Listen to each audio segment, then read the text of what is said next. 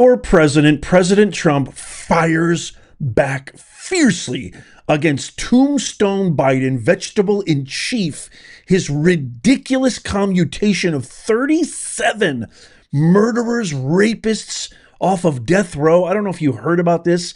One family, he didn't even talk to the family right before Christmas. I mean, this is just so unbelievable. It's bad enough his approval ratings have plummeted to the worst in the history of the United States. It's bad enough that he literally hasn't been running the country, according to this Wall Street Journal article, which came out damning him. Also, you got Democratic operatives that I've shared, Lindy Lee, saying he's been out of it forever. He hasn't been doing anything. He's been actually acting as with third-party mediaries, meeting with important people like the Department of Defense and over the Ukraine war, the economy, inflation, the border. I mean, he hasn't even been there. Now he has the gall to actually commute the death sentence of all of these 37 on death row. It's absolutely absurd. Listen to what this family, this poor family right before Christmas, has to say about this. And then I can't wait to share with you, there's good news to this video. I know it started off bleak, but wait till you see what Trump said. Oh, we are so back, America. Watch this. On Sunday afternoon, I was actually gathered with my in-laws for our family Christmas. My sister was gathered with her in-laws, and we got the call, and I was angry. I'm still angry. I am upset that this is even happening, that one man can make this decision without even talking to the victims, without any regard for what we've been through, what we're going through. I'm completely hurt, frustrated, and angry. So, Heather, nobody gave you a heads up that this was coming from the White House?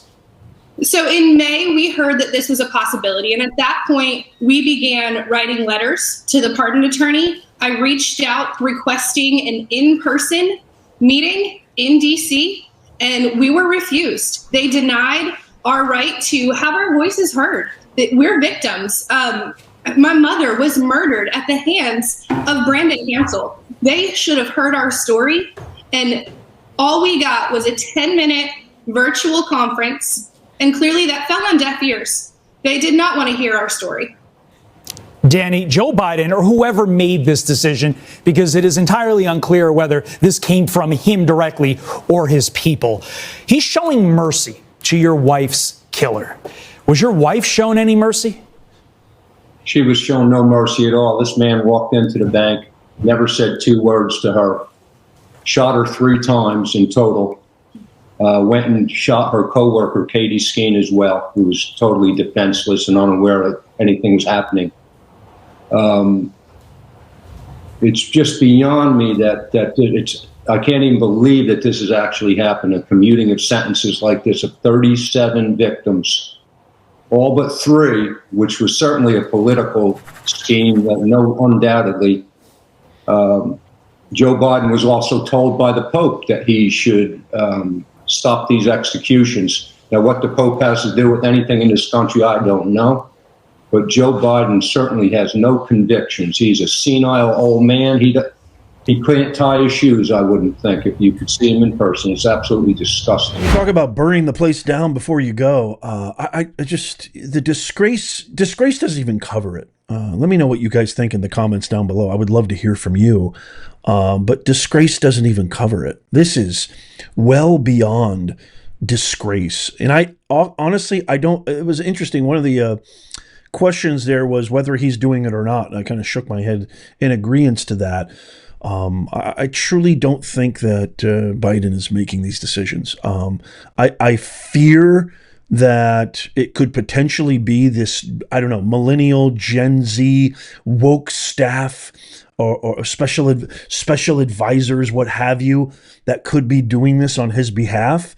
Really radical Mangione-esque type of young people who've probably been completely brainwashed by our higher education. I know I'm kind of going in the weeds here, but I think it's all connected.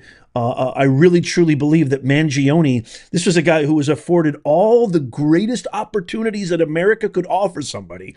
Private high school, boarding school, private university, affluent family, affluent living, afforded everything. I mean, literally every privilege known to man. And he ended up doing this, and now he's considered a folk hero by his peers. This is what these higher education institutions do. This radicalization, I've said it once, I'll say it again, they're indoctrination camps.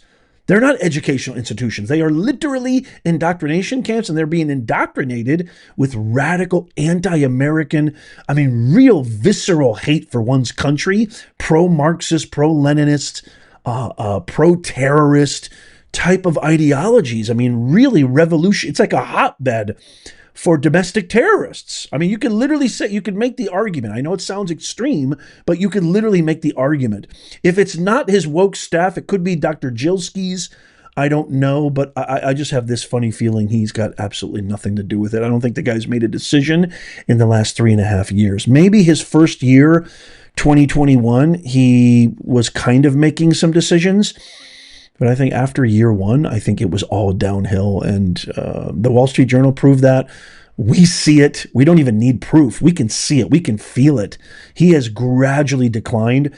But I can't wait to get your thoughts and your comments. I don't know if you heard about the NYC criminal migrant who Trump's former administration deported multiple times. This is a PETA guy in New York City subway who burned this woman alive. And Mayorkas says, we have nothing to do with it. We have nothing to do with sex trafficking. We have nothing to do with any of this stuff. The DHS is not responsible for this. It's just, this whole administration, everybody, Kamala being the border czar. We have the biggest, worst border crisis in the history of our country. Gavin Newsom's Prop 36, thank God that, we passed a new proposition and now, crime is actually a crime again. But previously, it's like the mentality of these guys.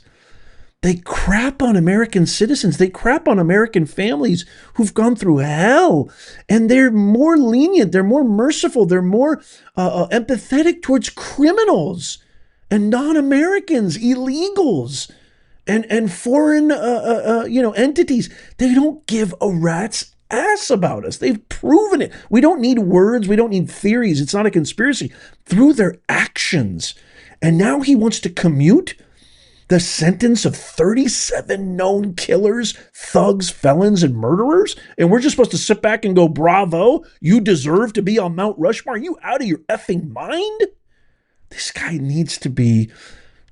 I have a serious fear that a growing concern that I think this guy, he's not done. There's still like 30 days left, almost a little less than 30 days left, 28 days left, I believe, to be exact.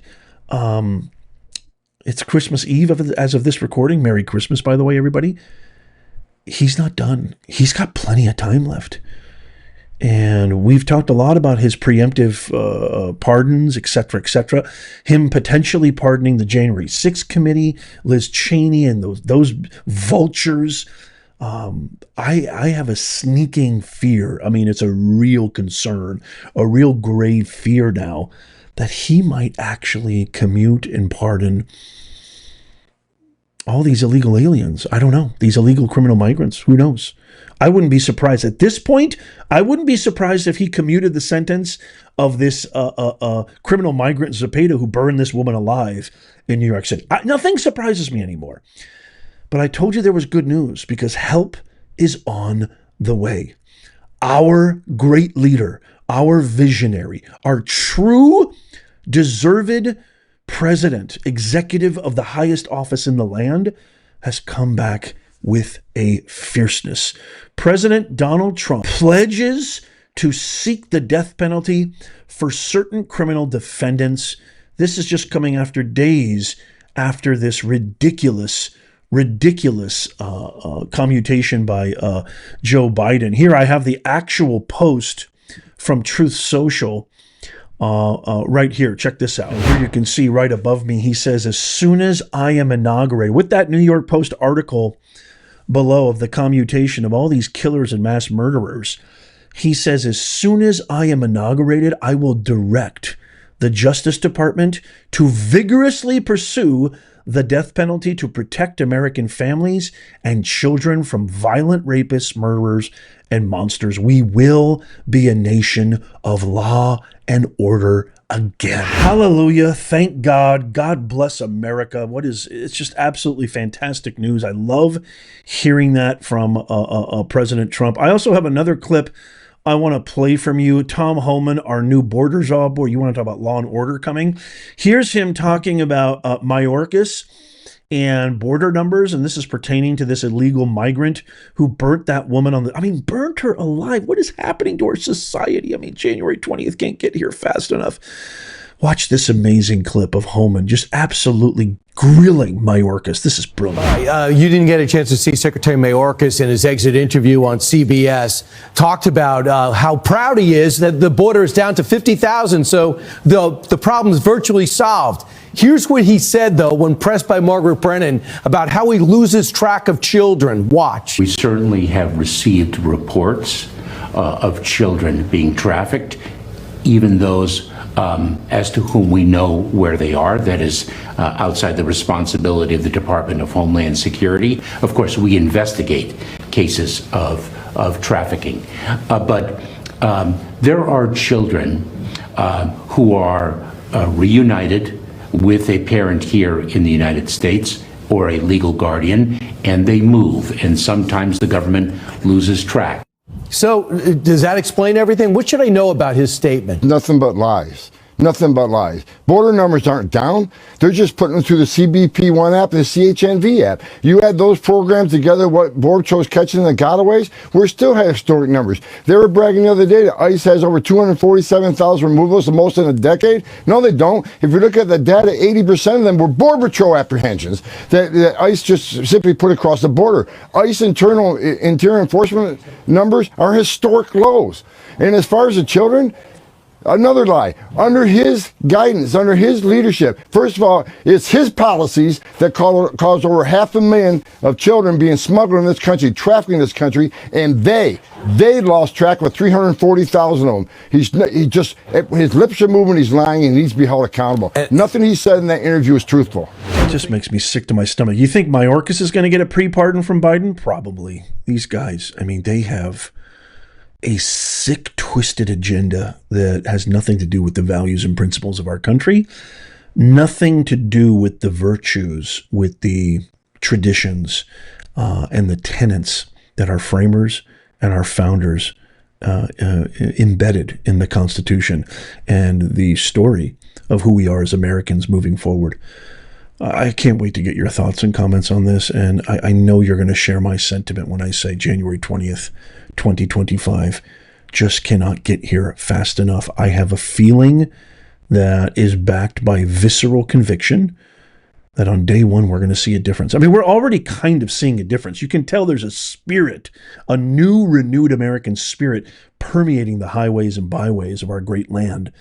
But it's just going to be even more demonstrative and multiplied in intensity come January 20th, 2025. I just can't wait. Let me know what you think in the comments down below. Merry, Merry, Merry, Merry Christmas to you. God bless you, your family. Check out our links in the pinned comment description below. Don't forget to check out these videos right here, coming up right here on the screen. Tap my face right there to subscribe and follow. It's absolutely free. Your surefire bet is to sign up for our free newsletter. That's in the pinned comment, show notes, and description.